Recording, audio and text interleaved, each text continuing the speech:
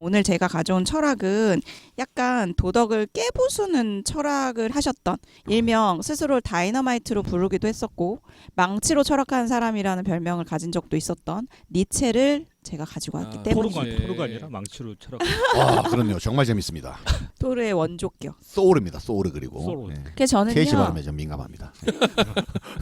여러분, 알겠습니다. 그럼 또 욕 먹어. 또 시작부터 산으로 갑니다. 자, 니체의 저서 중에서도요, 제가 이제 최근에 읽었던 도덕의 계보를 좀 소개해드리면서 현실판의 도덕 논쟁을 하나 같이 얘기를 해보려고 합니다. 네.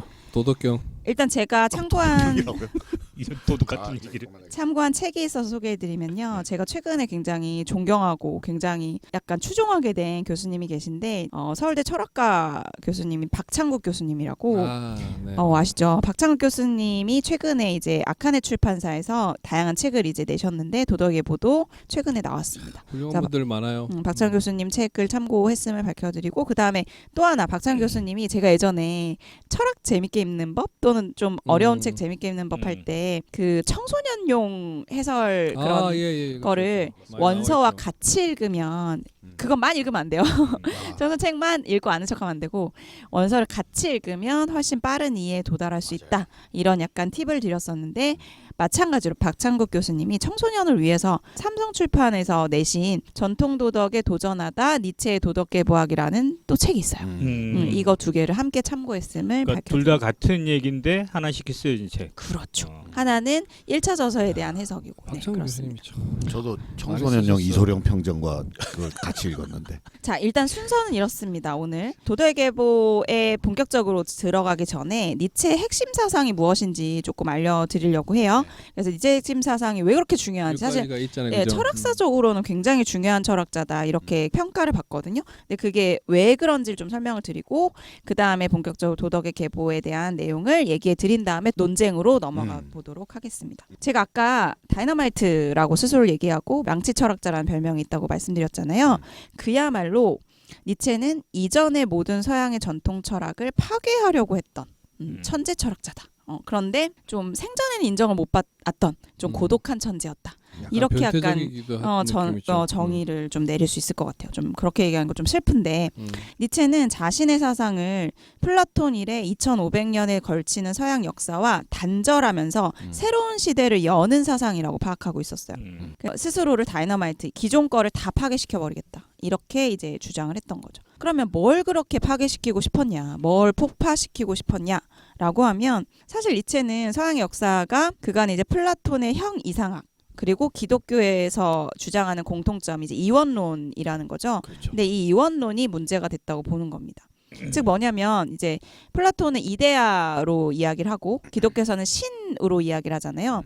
둘 다 이제 영원하고 불변적인 이제 개념으로 설명을 하고, 그러다 보니까 인간은 육체는 한계가 있잖아요. 영원할 수가 없잖아. 그러니까 육체를 벗어나서 어떤 순수한 영혼 상태가 돼야지만 어떤 초월적인 우리가 원하는 진리나 그 신의 나라에 갈 수 있다라고 이렇게 설파를 했던 거죠. 그렇게 되면서 우리가 실제 경험할 수 없는 육체를 초월한 어떤 정신세계나 초감성계 같은 거는 신성시하면서 우리 지극히 육체적인 것들, 뭐 본능이라든지 욕망이라든지 이런 것들은 오히려 과학에 억눌러온 역사를 그렇죠. 가지고 있다는 거죠. 그렇죠. 근데 니체는 이걸 되게 잘못된 걸로 봤고요. 예를 들면 이제 기독교, 전통 기독교에서 이제 순결성을 강조한 설교 같은 경우에 우리의 욕망에 반하고 자연에 반하는, 그럼으로써 우리 인생 자체를 스스로 억압하는 거의 범죄에 가까운 교리였다, 이렇게 이제 예를 들고 있거든요. 그래서 오히려 이런 서양의 역사에 오랫동안 지배해왔던 이원론이 우리다움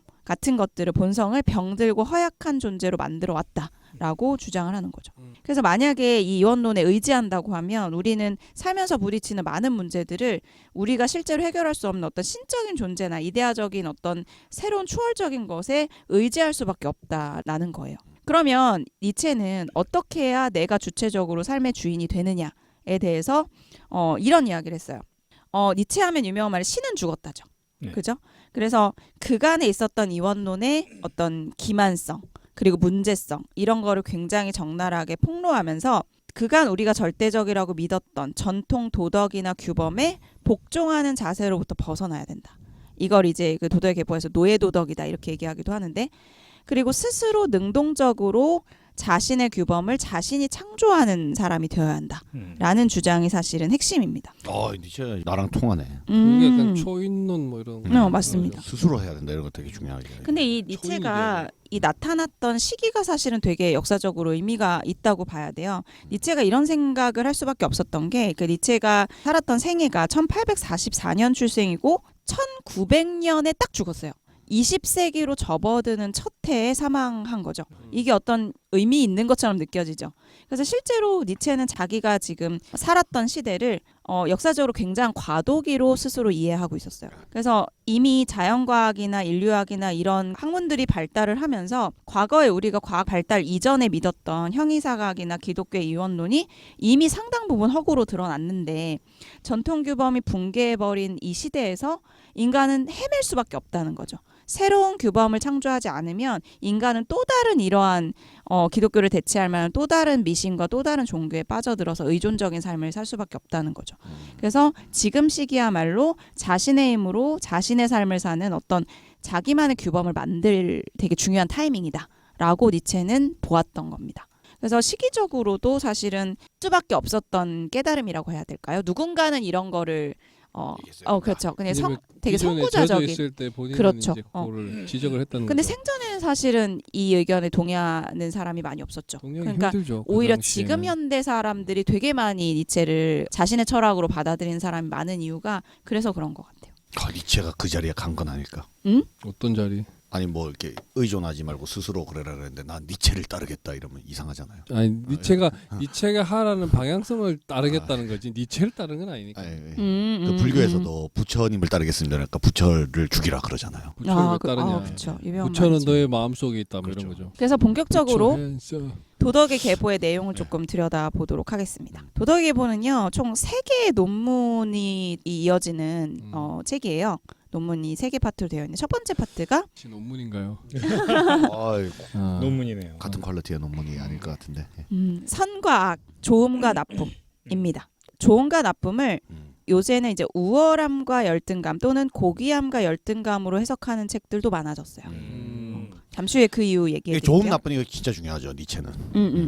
두 번째 논문은 죄, 양심의 가책 및 기타. 즉 여기서는 우리가 느끼는 뭐 죄책감, 양심이라는 게 어디서 발생하는 것이냐 뭐 이런 거를 추적한 내용이고요. 그 다음에 세 번째 파트는 금욕주의적 이상은 과연 무엇을 의미하는가. 그래서 우리가 금욕주의에 대해서 어떤 잘못된 환상 그리고 잘못된 교육 이면해왔다. 이걸 부숴야 된다. 이런 것들을 이제 밝히는 논문으로 되어 있습니다. 그래서 저는 사실은 오늘 핵심은 이 3개 다 다루진 않을 거고요.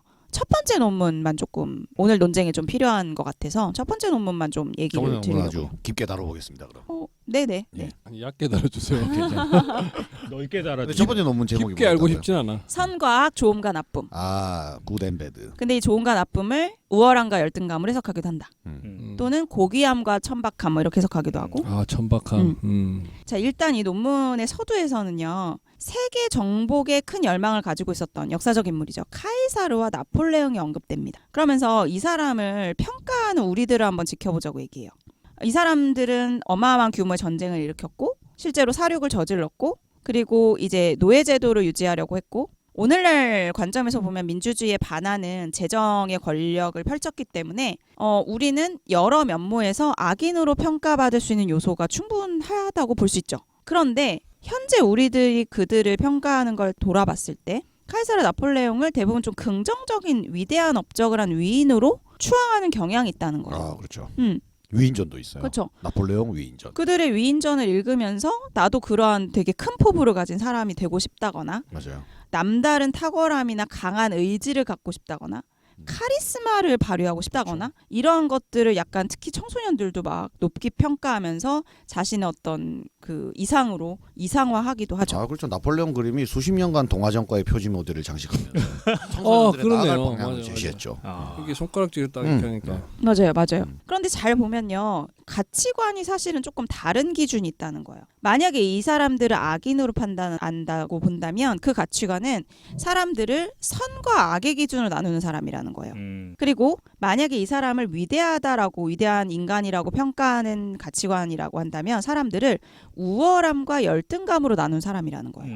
그래서 니체는 전자로 평가하는 그런 도덕적 기준을 노예 도덕이라고 칭했고요. 후자를 군주 도덕, 주인 도덕이라고 칭했습니다. 그런데 이 노예와 군주의 그 어휘는 실제로 고대 신분 사회의 노예에서 만든 말이거든요. 그래서 실제로 고대 신분 사회에서 노예들이 지배 계급인 군주와 귀족들에게 지배당하면서 나름대로 본인이 극복할 수 없는 한계 속에서 내가 할 수 있는 것들을 선으로 규정하고 나를 억압하는 그 군주와 귀족을 악으로 규정하면서 그 버텨냈다. 그러니까 합리화를 하면서 살았다는 거죠.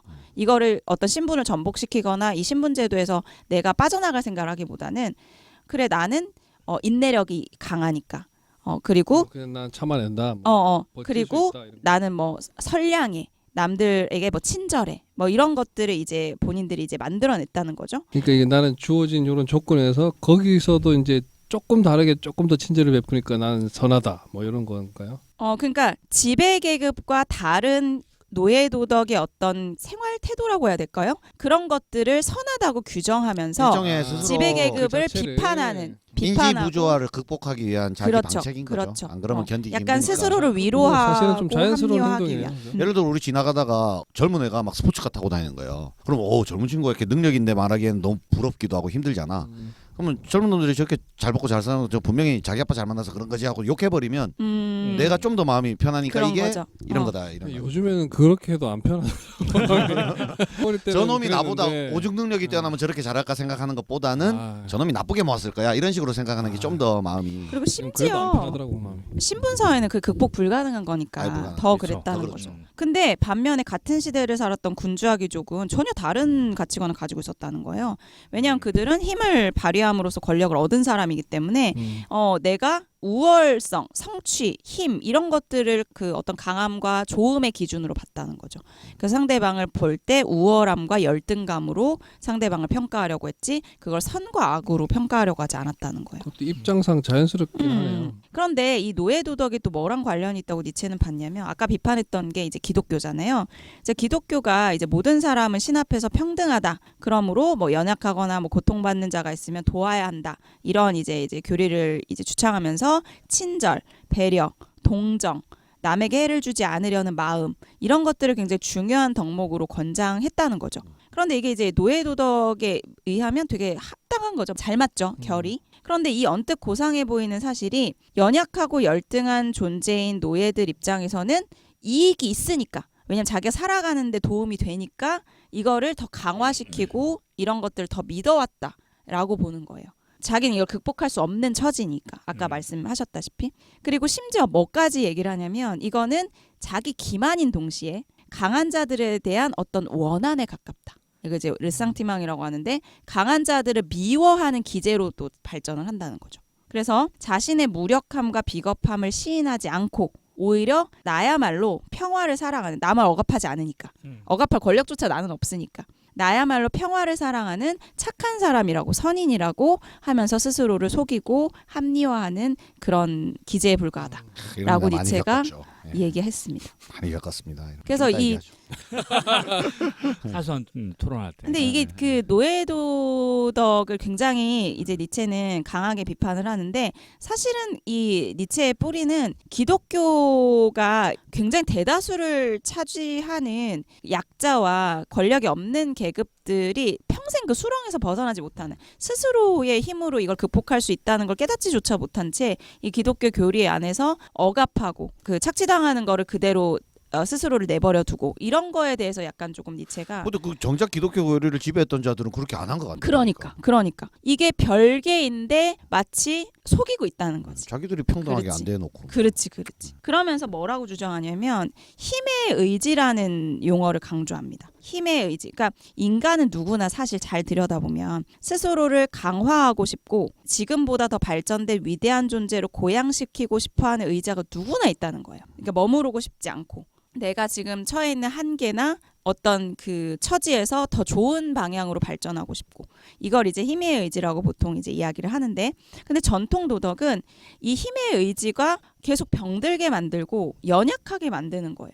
그래서 정신력이 약해지면 쉽게 의존하고 싶어지잖아요. 이걸 극복하려는 방향으로 나아가지 못하고 오히려 어딘가 의탁하고 싶어지고 합리화하고 싶어지고 맹종하고 싶어지고 그런데 이게 기독교가 이런 약화의 어떤 주범이었다는 거죠. 그러면 모든 도덕 규범을 재평가해야 한다고 기독교는 물론이고 그러니까 이 아까도 얘기했지만 니체는 자기가 살았던 시대가 기독교가 무너지더라도 그 다음 뭔가가 또 종교화될 거라고 믿었거든요. 그러니까 이 시점에서 기독교가 무너지는 시점에서 내가 이러한 주장을 설파해서 주창을 해보겠다. 그렇죠. 사람들이 스스로 다른 것에 더 이상 맹종하지 않게끔 그러니까 엉뚱한 데로 가지 않도록 그 내가 자리를 자리들을 주겠다. 그 진공상태 공백을 채워보겠다. 그렇죠. 그래서 인간이 강해지려면 먼저 자기 자신을 지배할 수 있어야 하고 자신의 한계를 극복할 수 있어야 하며 스스로 규범을 창조할 수 있어야 된다. 그래서 자신의 한계를 계속 극복해 나가는 이 강인한 존재를 초인이라고 니체는 불렀죠.